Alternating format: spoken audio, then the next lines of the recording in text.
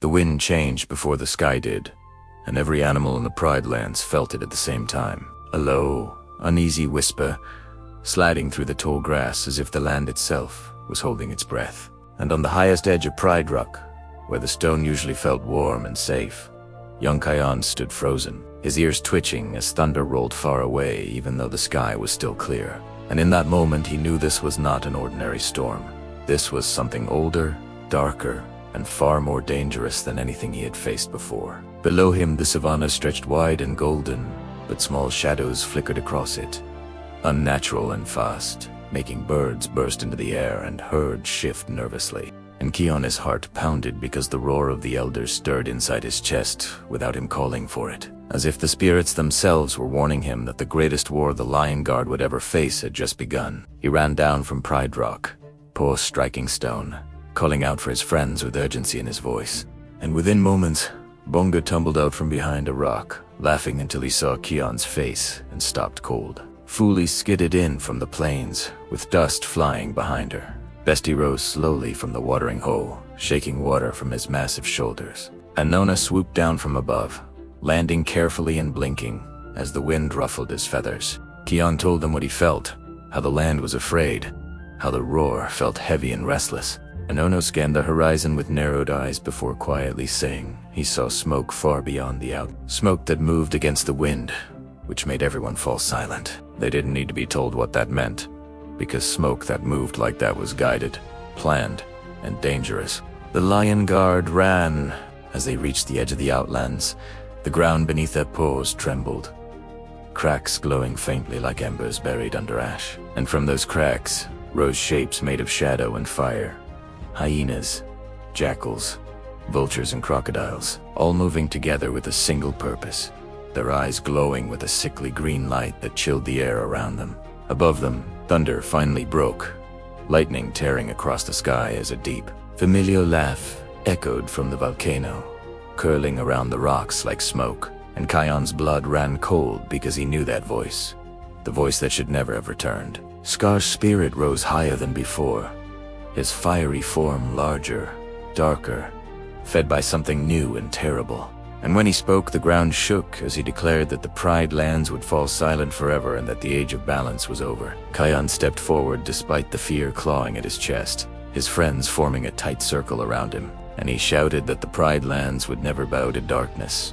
But Scar only smiled, telling him that courage burns out just like fire when the storm is strong enough. With a sharp command, Scar unleashed his army, and the Outlanders surged forward, setting fires, breaking the earth, and spreading panic through the savannah as animals fled in all directions. The Lion Guard split up just as they had trained, Fuli racing to guide herds away from danger, Besti charging through collapsing rocks to clear paths, Ono shouting warnings from the sky, and Bunga standing beside Kion with a grin that tried to hide his fear. Kion used the roar to push back waves of enemies, but every time he did, thunder answered, draining him faster than usual, and Scar laughed again, revealing that the storm above was no accident, that the darkness itself now fed on the roar. As night fell far too quickly, the Pride Lands burned in scattered patches, lightning striking fires into life faster than they could be stopped. And Kion realized with a sinking heart that this war was not meant to be won in a single night. Back at Pride Rock, Simba gathered the lions while Nala organized the other animals, everyone working together with determination despite the fear in their eyes. But even Simba felt the weight of the past, pressing down on him as thunder boomed like distant drums of war. Kion returned briefly to report, exhaustion heavy in his limbs, and Simba placed his head gently against his son's, telling him that leadership meant standing even when hope felt small, and that he trusted him, words that warmed Kion's heart even as the storm grew louder. When Kion left again, Scar watched from afar, his eyes narrowing as he whispered to Ashari that the cub was stronger than expected, but storms wear down even the hardest stone, and tonight was only the beginning. By dawn, the Pride Lands were scarred but still standing, smoke rising into a gray sky, and the Lion Guard regrouped, bruised, tired, but unbroken, unaware that Scar's true plan had not yet been revealed, and that the silence he promised would come not from noise and fire alone, but from betrayal, loss, and choices that would test every bond they had ever trusted. As the first chapter of the greatest war the Pride Lands had ever known came to a close with thunder, rolling once more over a land that no longer slept.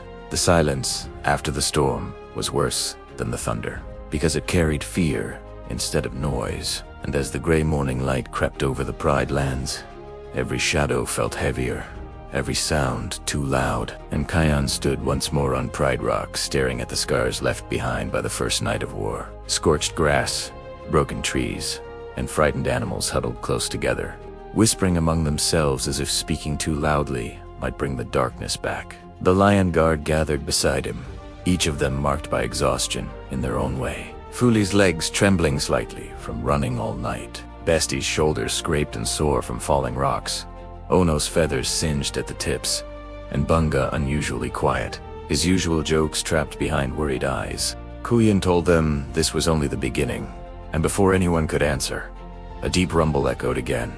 Not thunder this time, but something far more deliberate. A signal. From the Outlands, Scar's army moved once more, not charging blindly, but spreading out like a dark tide, blocking paths, surrounding watering holes, and forcing the Pridelanders into smaller and smaller spaces. Scar's voice drifted across the plains, calm and mocking, telling them that a kingdom without balance could not survive, and that every choice Kion made would only tighten the shadows around them. Simba ordered evacuations, sending herds towards safer grounds, but Scar anticipated this, triggering rock falls and dust storms that scattered them again. And for the first time, doubt flickered through the Pride Lands like a cold wind. The Lion Guard raced non-stop, saving who they could, but the enemies never fully retreated, striking again and again, wearing them down. And each time Kion used the roar, lightning answered, draining his strength and filling his mind with angry whispers that sounded dangerously familiar. One night, alone near a burnt acacia tree, Kion heard Scar speak directly to him, telling him that leadership meant choosing who to save and who to lose. And for a moment, just a moment, Kion felt anger rise hotter than fear, but Rafiki appeared from the shadows, tapping his staff against the ground and reminding Kion that storms pass, but scars remain if you let darkness decide for you. As days blurred together, Scar changed tactics, turning friends against friends by spreading lies through his followers, causing misunderstandings and mistrust among the animals. And when a herd refused to move after false warnings, panic spread, and the Lion Guard arrived too late to stop another disaster. Guilt crushed Kion, and he snapped at Bunga during a rescue, words he instantly regretted. But the damage was done, and the guard felt the strain between them for the first time. Scar watched with satisfaction, whispering that unity always breaks under pressure. The turning point came when Scar launched a coordinated assault during a violent thunderstorm, lightning striking so close it shook the ground beneath their paws. And in the chaos, Usari struck his venom grazing Kion's face, leaving a burning pain that blurred his vision and filled his thoughts with rage. Kion roared in anger, unleashing a blast so powerful it stopped the attack. But the cost was immediate, his head spinning, his heart racing with emotions he couldn't control. The battle ended with the Pride Lands still standing, but the Lion Guard was shaken to its core. And as night fell again, Scar laughed softly from the volcano, knowing his trap had worked, because the greatest danger was no longer just his army, but the storm growing inside Kion himself.